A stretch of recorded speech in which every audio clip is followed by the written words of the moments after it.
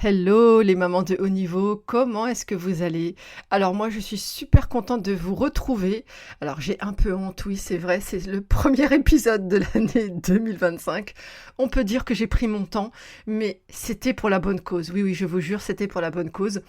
En fait, tout simplement, je m'occupais des mamans de haut niveau de la session 4 de mon coaching TDH Serenity et je ne peux pas être partout à la fois. Donc c'est vrai que pendant ces 3 mois, de janvier à fin avril, ce programme, c'était ma priorité absolue. Depuis 4 ans que j'accompagne les mamans maintenant, s'il y a bien une chose que j'ai compris, c'est que je ne peux pas me disperser et faire de la qualité. Non, je dois faire un choix et finalement, je découvre que plus je me concentre sur un aspect de mon travail en particulier et plus cela donne des résultats. Donc pour moi, voilà, c'était important de tout donner pour obtenir cette transformation des mamans qui est la promesse de ce programme, c'est d'avoir un enfant qui est apaisé et une maman qui a retrouvé la sérénité. Alors oui, elles l'ont fait justement, et c'est le sujet de cet épisode, de vous raconter un petit peu la transformation, tout ce qui s'est passé dans cette session 4, qui a été vraiment une session incroyable, et la transformation était bien là au bout des 3 mois d'accompagnement, donc ça j'en suis vraiment très très heureuse. C'est de loin le programme qui fonctionne le mieux, qui a le plus de résultats. On néglige trop souvent la force des programmes en groupe et en réalité, depuis que je fais ce travail, depuis 4 ans maintenant, je constate que c'est quand même ce qui donne le plus de fruits. Et puis la force de ce travail en groupe, c'est qu'il est aussi limité dans le nombre. Donc j'ai limité le nombre à 20 mamans. Donc à chaque session, il y a 20 mamans. Et c'est un chiffre qui permet vraiment de faire un suivi personnalisé. D'ailleurs, c'est un mix, puisqu'il y a à la fois du coaching collectif, mais il y a aussi une séance de coaching individuel qui permet vraiment de travailler sur des points encore plus personnels que ce qu'on peut faire en groupe.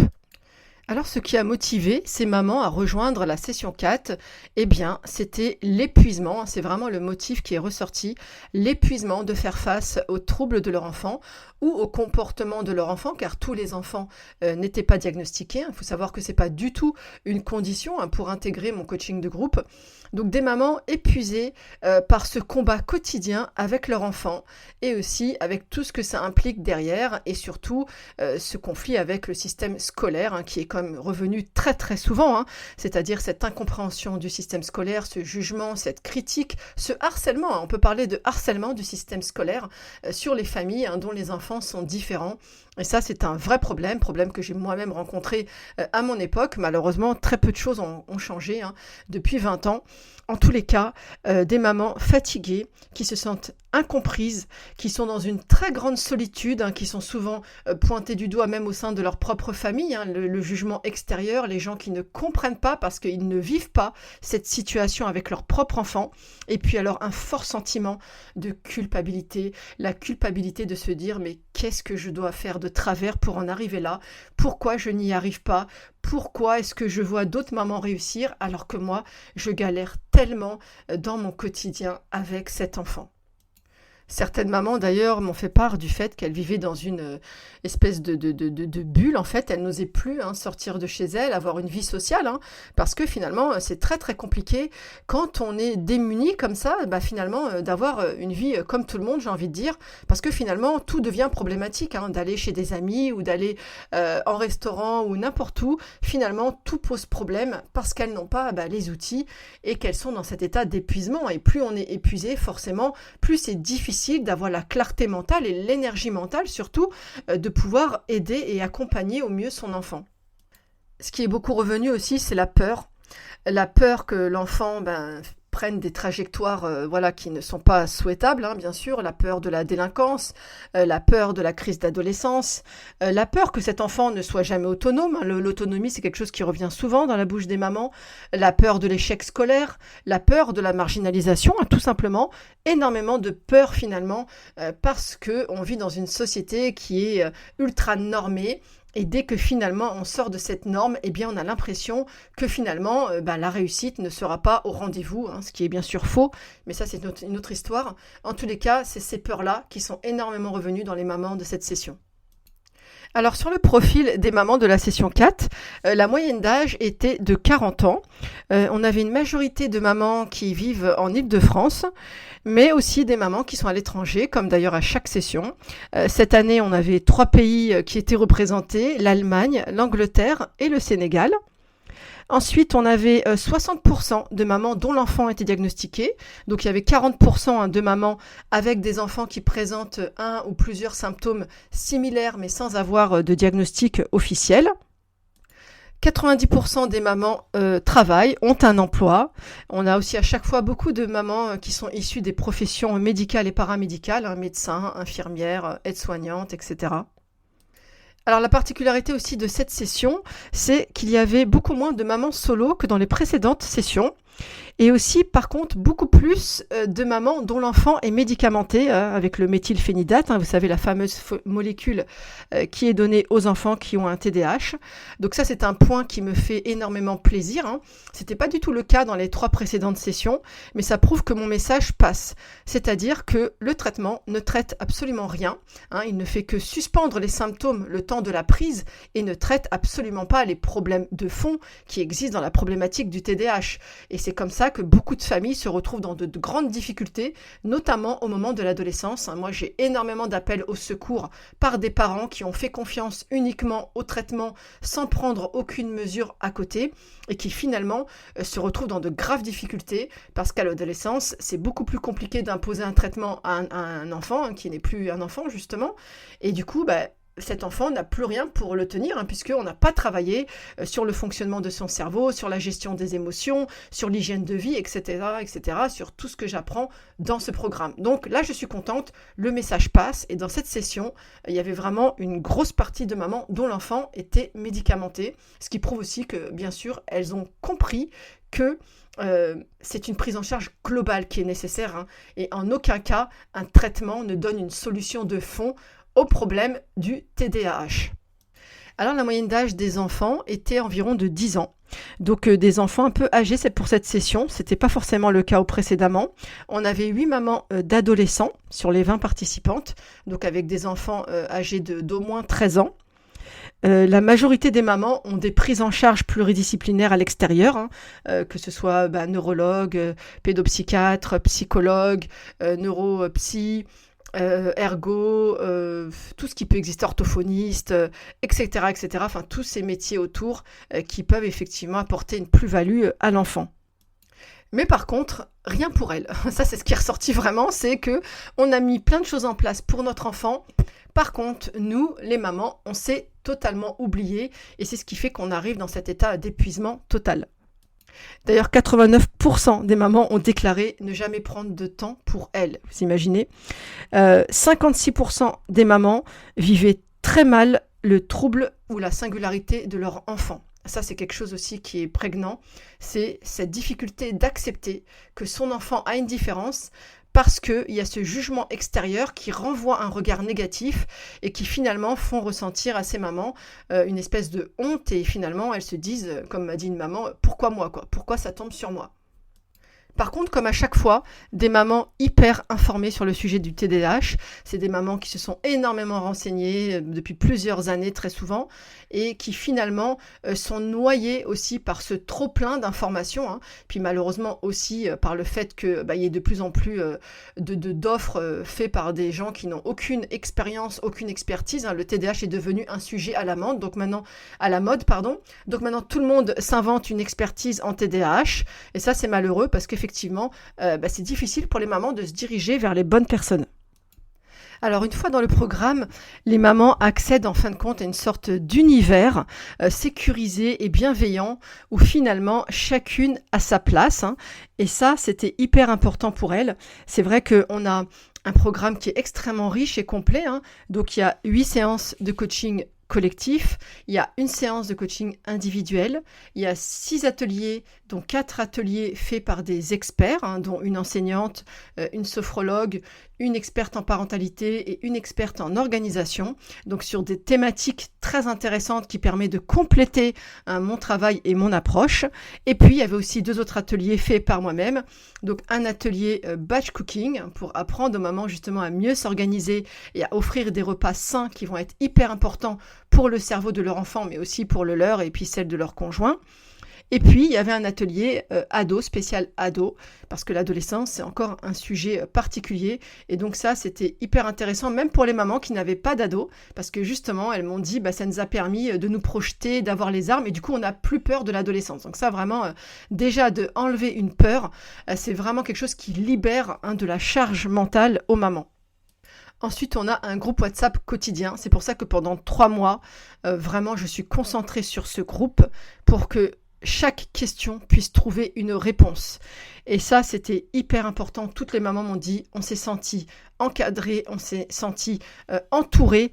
Et ça, c'était génial de se sentir en fait comprise par d'autres mamans qui vivent exactement les mêmes problématiques et aussi d'avoir l'échange avec une experte, en l'occurrence moi, qui puisse répondre à leurs problématiques qu'elles rencontrent parce que on a aussi désarçonné plutôt des crises qui se sont passées pendant le programme, notamment avec l'institution scolaire pour 2-3 mamans. Donc elles étaient vraiment heureuses d'avoir trouvé ce programme pour les aider à ce moment-là. Parce que oui, c'est compliqué, c'est le combat de David contre Goliath. Et donc ce soutien émotionnel, il a été très très important. Et bien sûr, je leur ai donné des stratégies. Comment on fait face à l'institution scolaire, il y a des pièges à éviter. Pour rappel, j'y ai été moi-même confrontée en tant que parent.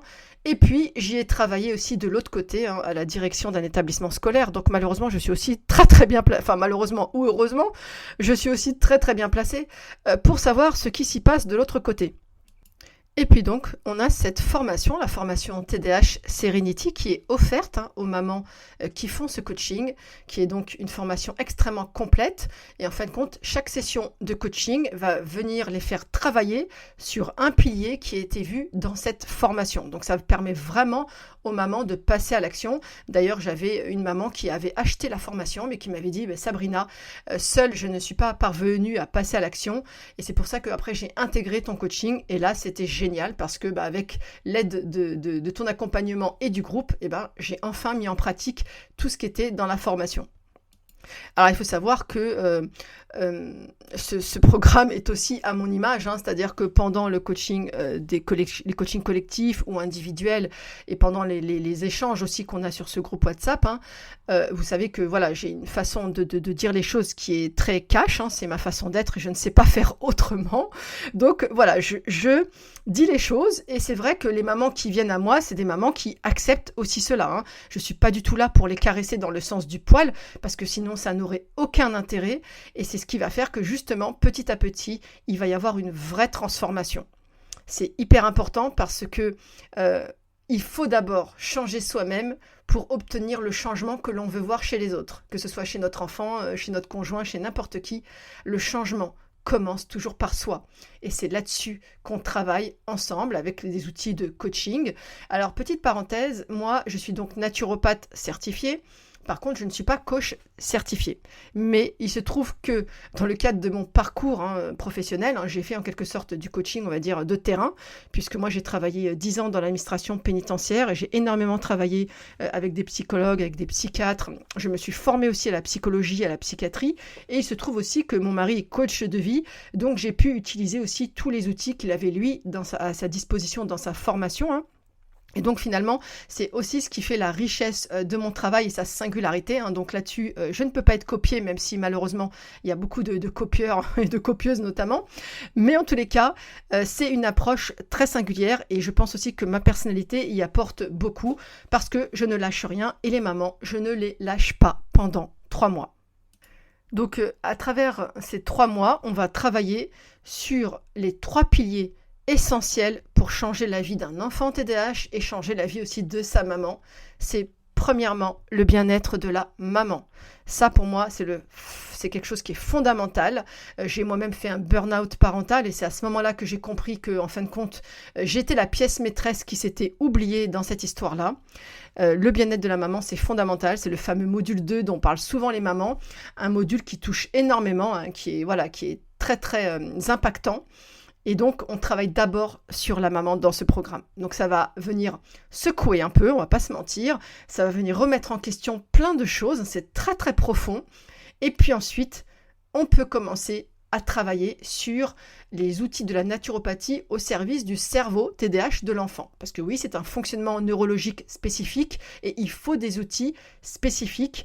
Et ça passe par les piliers de l'hygiène de vie, tout ce que je transmets dans les différents modules qui sont liés à l'enfant.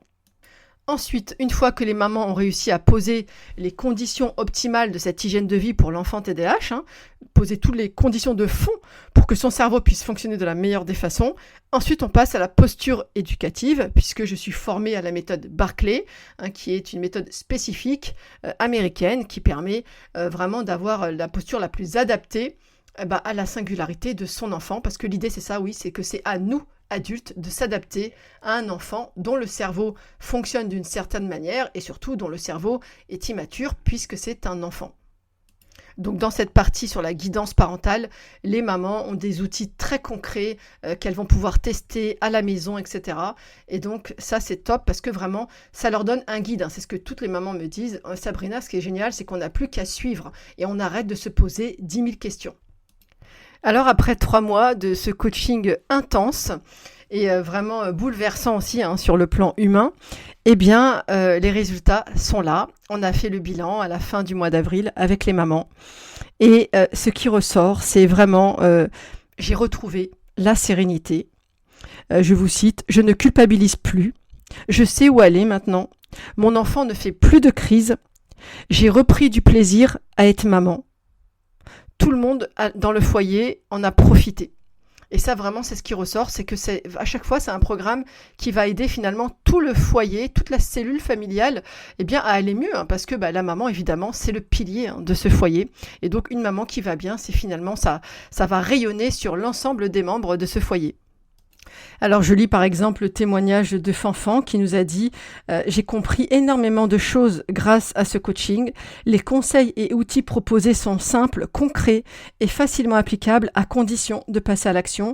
L'entraide avec les autres mamans de haut niveau du groupe est géniale. On se sent écoutée, soutenue, comprise. Ton écoute bienveillante et ton professionnalisme font une vraie différence. Ta personnalité et ton parcours inspirent tellement. » Merci Fanfan. Mais en tous les cas, ce qui est ressorti, c'est vrai, c'est que finalement, c'était pas si difficile que ça. Et c'est vrai que le programme est très riche. Mais finalement, ce que j'observe, c'est qu'à chaque session, les mamans, en mettant en place juste 5 à 10% de ce qu'elles ont appris, obtiennent en fait déjà des résultats. Et c'est pour ça d'ailleurs que c'est hyper intéressant parce que finalement, c'est des petites actions qui provoquent des grands changements. Contrairement d'ailleurs à ce qu'on veut souvent croire. On imagine souvent qu'il faut faire la révolution, il faut tout changer, etc. Absolument pas. Et finalement, c'est avec des choses simples mais efficaces qu'on obtient les meilleurs résultats. Et puis, du coup, ce qui est intéressant, c'est que comme la formation et les replays restent accessibles aux mamans après la fin du programme, elles peuvent continuer à y retourner et c'est pour ça que le programme continue d'infuser dans les semaines, dans les mois à venir et même dans les années à venir. J'ai des mamans de la première session d'il y a plusieurs années qui me disent « Sabrina, on continue à reprendre la formation quand on en a besoin ou quand on a un petit coup de mou. » Et ça, c'est génial d'avoir toujours ces outils à disposition qui vont servir finalement toute la vie. Il y a Aïssata aussi qui nous dit ce coaching m'a permis de prendre conscience que c'est bien de s'occuper des autres, mais c'est encore mieux de s'occuper de soi. Qu'il est important de prendre du temps de qualité avec chacun et en famille. Depuis ce coaching, je suis plus sereine et toute ma famille aussi. Je profite vraiment de chacun d'eux, tout en appliquant tous les bons conseils qu'elle nous a donnés, notamment sur l'alimentation qui est très importante pour nos enfants et pour nous aussi. Donc ça, c'est vrai que le fait de retrouver goût en fait à passer du temps avec ses enfants, c'est quelque chose qui est énormément revenu à la fin du programme, parce que c'est vrai que quand elles arrivent au début, elles sont dans une situation, et ça je l'ai vécu, hein, c'est dur à dire, mais limite on appréhende en fait les moments où on va se retrouver avec nos enfants. Moi, c'était clairement ça, quoi. Je me suis dit, oh punaise, ça y est, je rentre à la maison et ça va commencer. Ou alors, oh punaise, je le récupère de l'école et ça va commencer et je ne sais pas quoi faire et ça va être encore une nouvelle crise. Et ça, c'est extrêmement douloureux pour une maman. Ça nous rend vraiment très très mal parce que d'avoir cette culpabilité de se dire, punaise, il a qu'une seule mère, c'est moi. Et en fait, je ne le supporte plus, en fait. Et ça, c'est ce qui était également beaucoup revenu. Et c'est normal, en fait, d'en arriver là quand on est dans cet état d'épuisement extrême avec ses enfants et qu'on est constamment soumis au jugement, à la critique. C'est vraiment éreintant. On ne peut pas s'imaginer tant qu'on ne l'a pas vécu. Donc vraiment, ça me fait plaisir quand les mamans me disent à la fin, eh ben ça y est, finalement, j'ai retrouvé du plaisir à passer du temps avec mes enfants. On a le témoignage aussi de Laurence qui nous a écrit alors, ce programme a fait comprendre que le bien-être des enfants du foyer de la famille passait par le bien-être de la maman. Une prise de conscience qui m'a enfin forcée à me poser, moi. Ça m'a permis de découvrir la force du lâcher-prise. Et c'était fou de voir par les témoignages des autres mamans du groupe à quel point les résultats étaient palpables en quelques mois. Lorsqu'on a la tête dans le guidon, on ne peut pas s'imaginer pouvoir s'en sortir. On était début janvier tout en burn-out. C'est d'ailleurs ce qui nous avait motivés à nous inscrire à ta formation. Merci, car je ne dois dire que ce n'est qu'un début, qu'il y a ma vie d'avant et ma vie d'après, car les relations avec ma fille se sont tellement apaisées. J'ai compris tellement de choses en changeant mon quotidien et surtout en déplaçant mes priorités. Donc ça aussi, c'est quelque chose qui est énormément revenu, le changement de l'ordre des priorités, parce que toutes les mamans du programme étaient littéralement, comment on peut dire, traumatisées, on va dire, par la pression scolaire, et que leur seul objectif, c'était comment faire rentrer cet enfant dans ce moule scolaire. Et à la fin du programme, ce n'est plus du tout leur objectif. Elles ont pris énormément de recul là-dessus. Elles ont utilisé les bons outils. Donc ce qui s'est passé, c'est que en arrêtant d'avoir peur de l'école et d'avoir peur de l'échec scolaire, elles ont permis à leur enfant de reprendre confiance en eux. Et puis elles-mêmes, elles ont repris confiance en leur enfant. Et forcément, c'est ce qui donne après à l'enfant cette capacité justement à croire en lui. Et du coup, les notes s'améliorent d'elles-mêmes sans justement être là à faire le gendarme constamment. Ça, c'est énormément revenu. L'apaisement au moment des devoirs après ce programme. Donc ça, vraiment, j'en suis vraiment très, très heureuse. Tout l'objectif de ce que je fais, c'est ça en fait, c'est de redonner à chaque maman son pouvoir d'agir, parce que on vit dans une société qui nous fait constamment croire que la solution, elle est à l'extérieur, elle est chez un expert qui a une science que bien sûr toi néophyte auquel tu ne peux pas accéder. Et en réalité, c'est faux. C'est un grand mensonge parce que, en fait, c'est nous les mamans, c'est nous qui avons cet amour inconditionnel pour notre enfant, qui avons cette place unique dans la vie d'un enfant que personne d'autre ne peut remplacer. C'est nous qui avons le vrai pouvoir de changer la relation qu'on a avec notre enfant, de changer le regard que l'on porte sur notre enfant et du coup de changer le destin de cet enfant. Donc voilà, je suis vraiment fière de mes 20 mamans de haut niveau. Je suis très heureuse pour elles de savoir que voilà, ces 20 foyers dans lesquels la paix est revenue. Elles vont évidemment continuer de progresser. Mais déjà voilà, elles ne vivent plus dans la peur et l'angoisse et le stress. Et ça n'a pas de prix. Parce que s'il y a bien quelque chose qui est hyper contagieux pour un enfant, c'est le stress parental évidemment. Alors attention, je ne dis pas ça pour culpabiliser, mais c'est une réalité.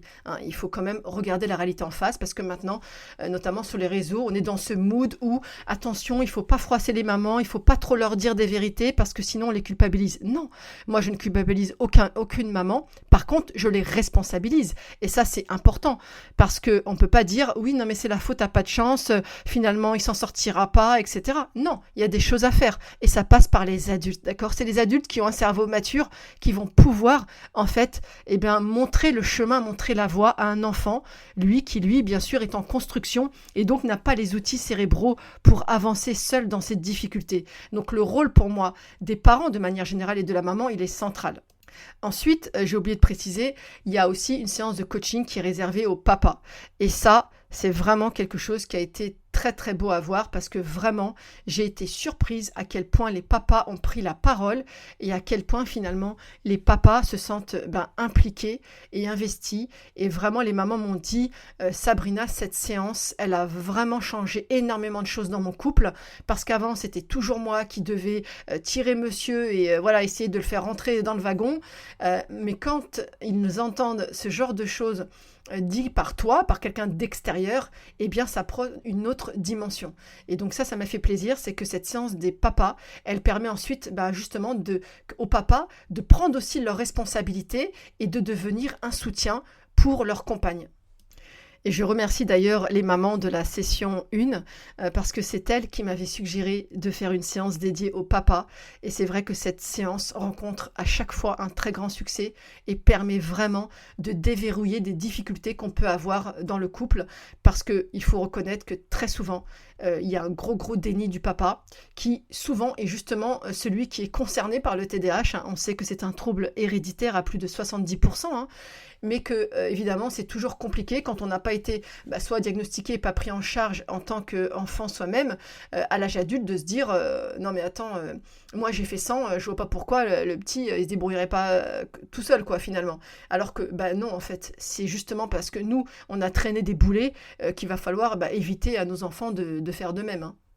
Donc on avait par exemple beaucoup de papas qui ramenaient des sucreries à la maison, des cochonneries, etc. pour faire soi-disant plaisir aux enfants, alors qu'en faisant ça, finalement, on leur tire une balle dans le pied, puisque ça impacte énormément le fonctionnement de leur cerveau. Et donc, après cette séance, les papas, justement, diminuent beaucoup ce phénomène-là et justement essayent de se plier à une alimentation plus saine, etc. Même si l'idée, c'est d'aller vers un équilibre. Il ne s'agit jamais d'aller vers une suppression directe comme ça, etc. Le but, c'est d'y aller progressivement et c'est ça que j'apprends dans mon programme surtout, c'est même en cuisine, on ne fait pas la révolution. On y va un pas après l'autre, d'accord ? Si on veut des changements et une transformation durable, il faut respecter les différentes étapes, d'accord ? On ne peut pas arriver du jour au lendemain et dire « Hé les cocos là, terminé, le sucre, les gâteaux, les biscuits, tout ça, poubelle !» Non, parce que alors là, c'est le meilleur moyen que tout le monde se braque. Et vu aussi l'opposition qui est fréquente chez les enfants TDAH, il y avait beaucoup de mamans dont l'enfant avait aussi un trouble de l'opposition, si vous faites ça, vous êtes sûr qu'il aura exactement envie de faire le contraire de ce que vous voulez. Donc voilà pour ce bilan, je peux dire que vraiment ce coaching est un grand succès, mais vraiment, moi-même je vous avoue que quand j'ai lancé la première session, je ne pensais pas que les résultats seraient aussi impressionnants. Et vraiment à chaque session, je le reconstate à nouveau, vraiment c'est une formule qui marche, c'est une formule que j'améliore bien sûr à chaque fois et vraiment j'en suis très très heureuse. C'est vrai que je ne les lâche pas pendant 3 mois. Que la combinaison de à la fois mon expérience de maman, que j'ai 22 ans maintenant d'expérience en tant que maman d'un aîné qui a un TDAH et du deuxième qui a un TDA, ça plus toutes les formations, les recherches que j'ai fait, mon expertise en tant que naturopathe m'a donné vraiment une approche hyper globale. C'est vrai aussi que tout au long de la formation, je leur partage aussi tout ce que j'ai pu voir autour de moi, dans mon environnement, les histoires, etc. Il y a énormément d'histoires que je leur partage parce que maintenant à 50 ans, j'en ai vu des choses et j'en ai vu des familles dont les ados a bien tourné ou pas. Et à chaque fois, il y avait quand même un fil conducteur et donc je leur partage tout ça. Et ça leur donne énormément de courage et d'espoir pour la suite parce qu'elles savent ce qu'il faut éviter pour ne pas tomber dans ces pièges-là. Alors la prochaine session de coaching, ce sera 2026. Il n'y a qu'une session pour l'instant effectivement par an, pour la simple et bonne raison que je ne peux pas me démultiplier et que peut-être que le jour où j'aurai une assistante à temps plein, je pourrai faire plusieurs sessions par an. Pour l'instant, ce n'est pas encore le cas malheureusement. Donc il y a une session, il ne faut pas la louper. C'est pour ça que j'ouvre dès à présent une liste d'attente pour la session numéro 5. Donc si tu es une maman qui souffre avec ton enfant, qu'il soit diagnostiqué ou pas, à partir des symptômes, il faut comprendre qu'en naturopathie, à partir des symptômes, on peut travailler. On n'a pas besoin d'un diagnostic officiel, d'accord ? Et à chaque fois, ce que je constate, c'est que les mamans dont l'enfant est diagnostiqué progressent, se transforment, de même que les mamans dont l'enfant n'est pas diagnostiqué. Donc voilà, peu importe, ça c'est vraiment quelque chose qui n'est pas important. Donc si tu es la maman d'un enfant ou d'un ado, puisque c'est ouvert aussi aux adolescents, vraiment le conseil que je peux te donner, c'est de rejoindre la prochaine session. Vous voyez les mamans, elles étaient dans un état de stress hyper intense et tout se passait mal dans leur foyer au mois de janvier, début janvier. Quand elles intègrent le groupe, vous imaginez qu'elles sortent fin avril, tout a changé pour elle. Vous imaginez, 3 mois, c'est rien à l'échelle d'une vie et même à l'échelle d'une année. En 3 mois, vous changez de vie. Et ça n'a pas de prix. Donc vraiment les mamans, je fais toutes les facilités aussi, j'offre des facilités de paiement, etc. Très peu de gens font ça d'ailleurs, parce que je veux que ce programme soit accessible le plus possible à toutes les catégories sociales et que ce ne soit pas réservé à une élite. Ça a toujours été mon objectif. Et si tu galères, si tu souffres, si tu n'arrives plus à établir une relation avec ton enfant, si tu ne sais pas comment gérer ces crises, si tu es en harcèlement par le système scolaire et que le moment des devoirs est un cauchemar, etc., etc., alors s'il te plaît, ne reste pas seul avec ta souffrance. Tu n'es pas une mauvaise mère. Ça, c'est important et je le redirai. Tu n'es pas une mauvaise mère. Tu as juste besoin des bonnes clés dans un environnement qui est hostile au TDAH. On va pas se mentir, vous savez très bien que voilà, moi les vérités édulcorées, c'est pas du tout mon truc. On est dans un environnement qui est hostile à la différence de manière générale. D'ailleurs, c'est pas que sur le sujet des TDAH, malheureusement, une société qui refuse que chacun puisse se déployer comme il le souhaite. On veut nous moutoniser et comme je dis, le problème c'est que les personnes qui sont neuroatypiques, eh bien, ce sont des profils de leaders. Ce ne sont pas des gens qui sont faits pour devenir des moutons. Donc, il va falloir avoir les clés pour cela. Et ce programme, il est là pour te donner ces clés. Donc, ne t'en prive pas. Autorise-toi le meilleur, car, comme je le dis souvent, le meilleur est à venir à condition d'agir. Tu trouveras en lien dans la description de cet épisode le lien pour t'inscrire sur la liste d'attente. Et avant de te laisser, j'ai une petite surprise à t'annoncer. En juin, je vais fêter les 4 ans de mon entreprise et pour célébrer ça, j'ai décidé de faire quelque chose que je ne fais jamais car habituellement, je zappe toujours la date d'anniversaire de mon entreprise. Une grosse promo va arriver pendant 24 heures seulement sur ma formation TDAH Serenity, la version en ligne en autonomie, d'accord, celle sur laquelle on travaille pendant le coaching qui est composé de 8 modules avec toutes les thématiques, d'accord. Je t'en reparle très vite. Ça va se passer début juin, garde ça dans ta tête. Mais si tu veux être sûr de ne pas la rater, pense à t'abonner à ma newsletter ou à me suivre sur Instagram. Je vais te remettre les liens en description de cet épisode. En tous les cas, merci à toi de m'avoir écouté jusqu'au bout. Et n'oublie pas, tu n'es pas seul, tu es capable et tu mérites toi aussi la sérénité. À bientôt les mamans. Ciao.